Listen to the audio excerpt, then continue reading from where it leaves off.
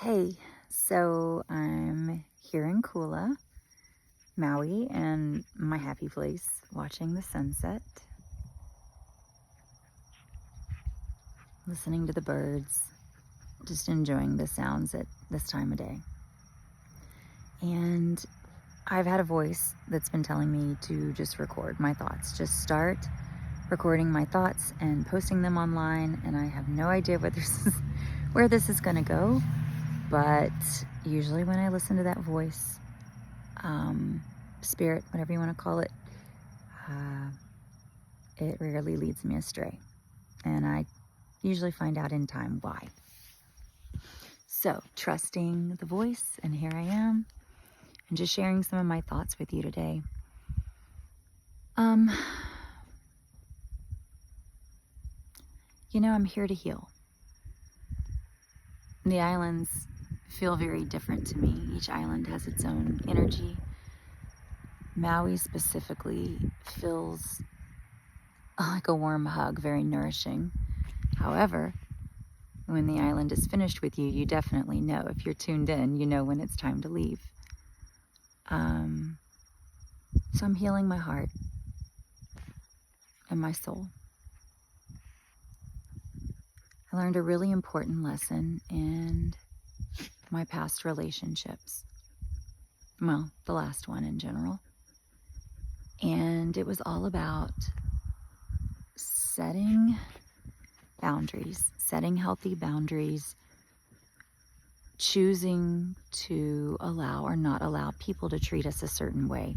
We don't have to be a victim or be how people say sometimes you're breadcrumbed, or they're not loving me or they're not paying attention to me, and you blame it on other people, when in reality we have full control over how we allow people to treat us. We can teach them how we love ourselves or respect ourselves. We choose to allow or not allow certain behaviors.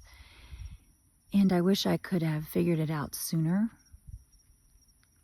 in the relationship, but I am grateful, even though it was a little painful because I felt very attached to this person, speaking my mind, saying what I really needed to feel loved and secure and happy, and then truly saying, no, that doesn't work for me, when opportunities were presented that could have hurt me.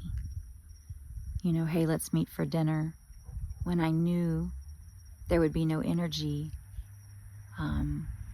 or time to connect at dinner, and saying, no, that doesn't work. What about lunch? But lunch didn't work either for them. So setting boundaries a handful of times, and then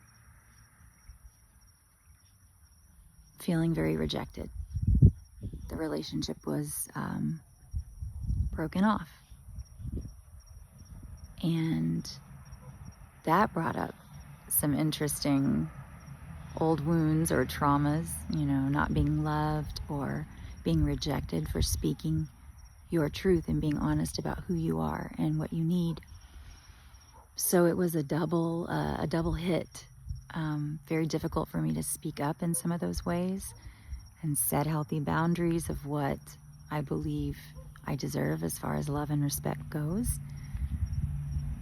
But then being cut off and feeling like I wasn't accepted or loved for being who I was. I know that's not the reality of it, but it's just an old trigger or wound of mine that I really had to face. So as much as it hurt, and as hard as this has been for me to heal from, I am grateful for the opportunity to learn, and I did get this lesson. I got this lesson on a very deep level, and I know I'm going to do better next time. Speak up sooner, love myself, and teach people how I believe I deserve to be treated. It's up to me. I'm not a victim to anyone else's circumstance or actions.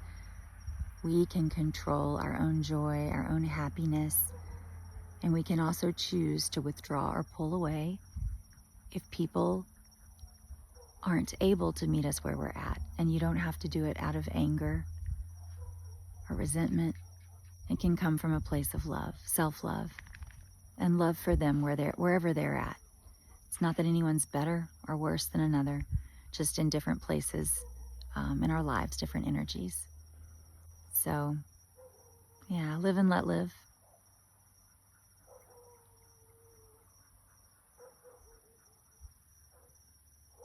Yeah.